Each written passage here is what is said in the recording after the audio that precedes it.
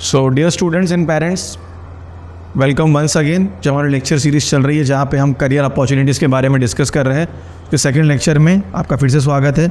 So the second lecture, अब हमने जैसे लास्ट लेक्चर में हमने बताया था कि आपके पास apart from arts, commerce and science, जो तीन मेन स्ट्रीम्स से बच्चे सेलेक्ट करते हैं, apart from arts, commerce and science आपके पास क्या क्या अदर ऑप्शंस है, जिसमें हमने polytechnic, ITI courses and paramedical services और कुछ 10th के बाद की गवर्नमेंट जॉब्स के बारे में डिस्कस किया।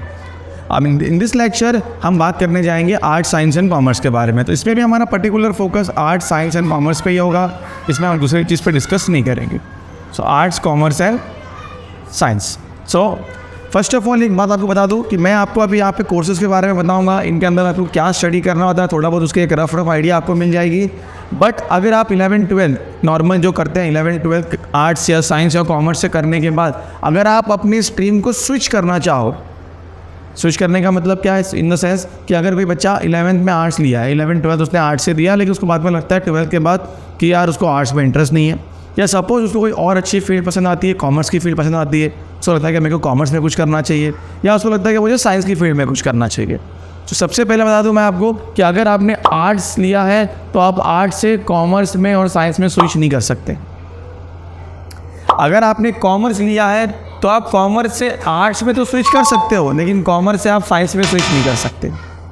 और अगर आपने साइंस लिया है तो आप साइंस से कॉमर्स भी जा सकते हो और कॉमर्स से साइंस से आर्ट्स में भी आप स्विच कर सकते हो 11th के बाद। और अगर 12th के बाद आपको करना है तो भी आप कर सकते हो।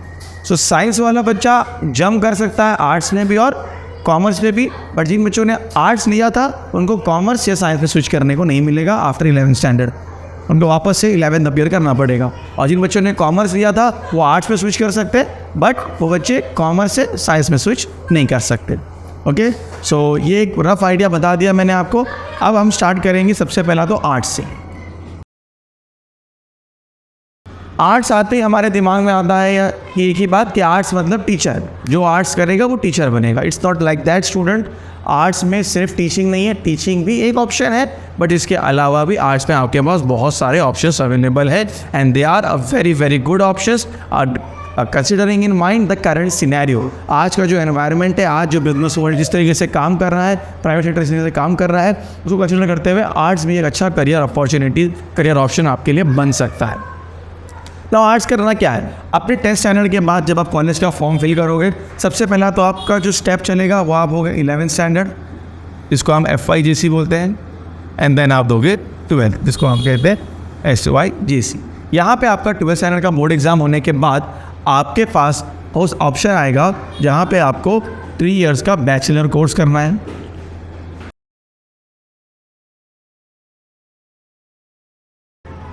थ्री ईयर्स, जिसको नॉर्मली पुराने लोग, हमारे जो सीनियर लोग घर के अंदर है, वो BE की डिग्री से कहते हैं। आपको 3 साल का बैचलर कोर्स करना पड़ेगा।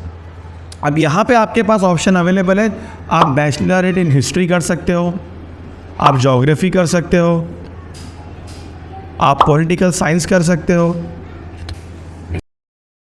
आप साइकोलॉजी में कर सकते हो,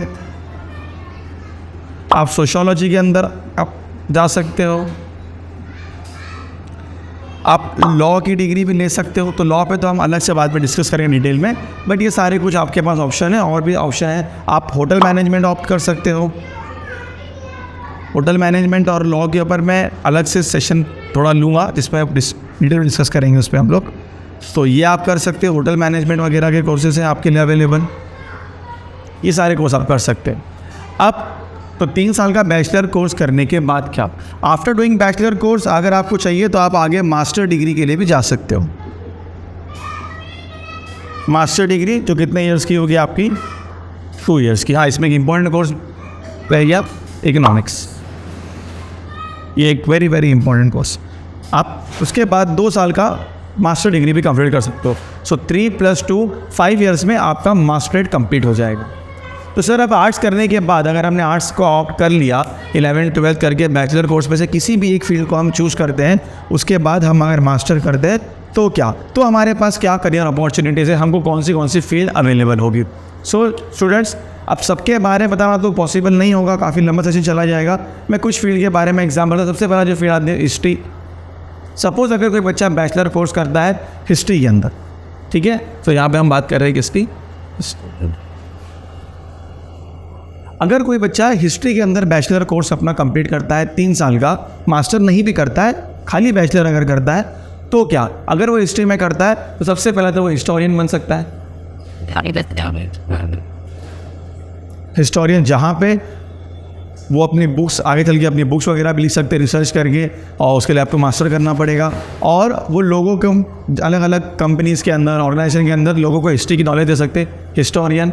इसके बाद आपका ये आपने सुना भी नहीं होगा मोस्टली म्यूजियोलॉजी, जो हमारे म्यूजियम्स होते हैं जहाँ पे हमारे आर्टिफैक्ट्स, जहाँ पे हमारे एंशिएंट सब स्क्रिप्चर्स वगैरह रखे होते हैं, आर्चाइव और म्यूजियम जहाँ पे हमारे स्कल्पचर वगैरह रखे होते हैं। तो ये म्यूजियोलॉजी को मेंटेन किस तरीके से करना है, म्यूजियम को मेंटेन किस तरीके से करना है, म्यूजियम को किस तरीके से हैंडल करना है। तो जो गवर्नमेंट के सारे म्यूजियम्स होते हैं, क्योंकि जो एंशिएंट जितने भी स्क्रिप्चर्स है, जो पॉट्स वगैरह है, जो स्वॉर्ड्स हैं हमारे राजाओं महाराजाओं की, ये सब गवर्नमेंट की प्रॉपर्टी है। तो गवर्नमेंट के म्यूजियम में एज अ म्यूजियोलॉजी आपको जो है तो जॉब्स मिल सकती है।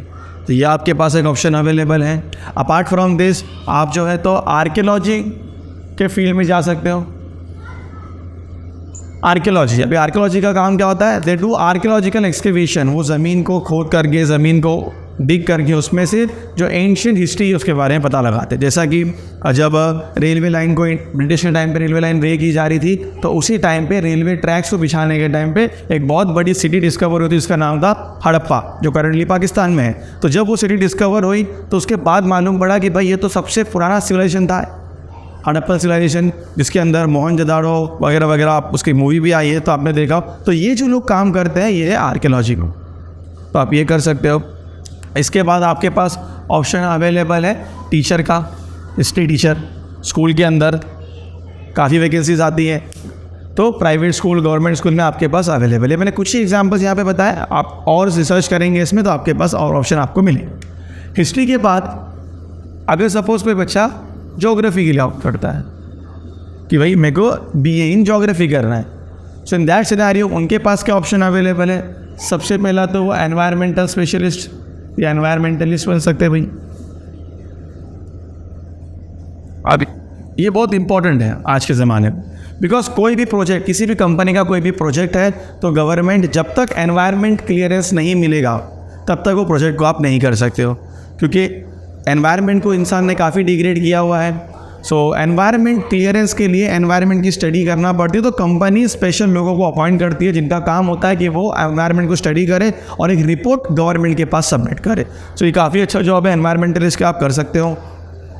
इसके बाद कार्टोग्राफर,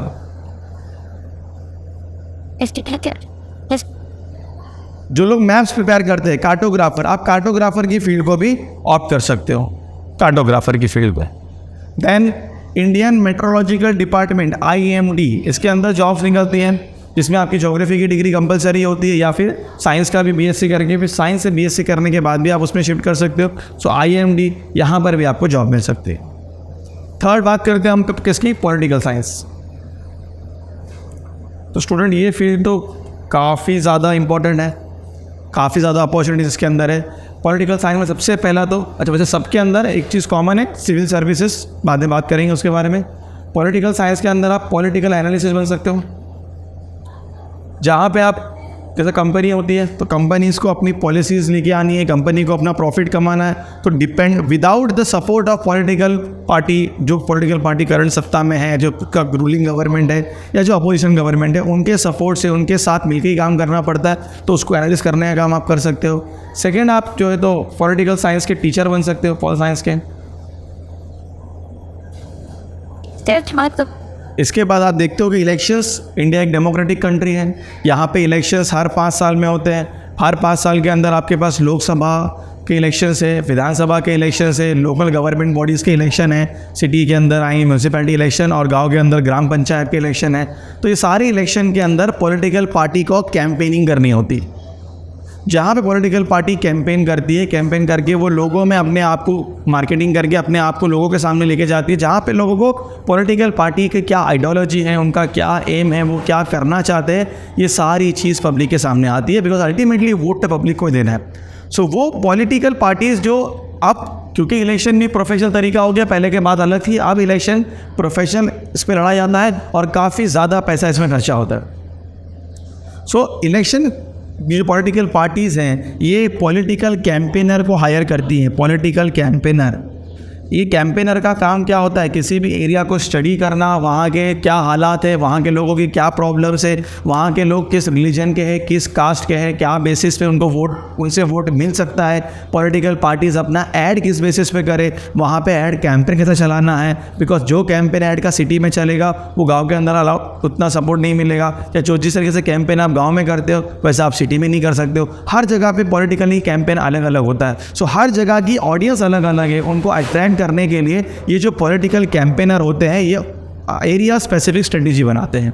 आपने देखा होगा इलेक्शन के पहले कुछ लोग आते हैं एक्सपर्ट जो बोलते हैं कि इस बार इस पार्टी को 70 से 80 सीट मिलने का अनुमान है, इस पार्टी को 100 सीट मिलने का अनुमान है, ये पार्टी गवर्नमेंट में आ सकती है। तो ये सारी चीज़ें वो किस बेसिस पे करते हैं? उसके पहले एक डिटेल सर्वे होता है, एक डिटेल रिसर्च होती है और वो काम ये लोगों का होता है। तो आज के इसमें ये भी काफ़ी अच्छी फील्ड है।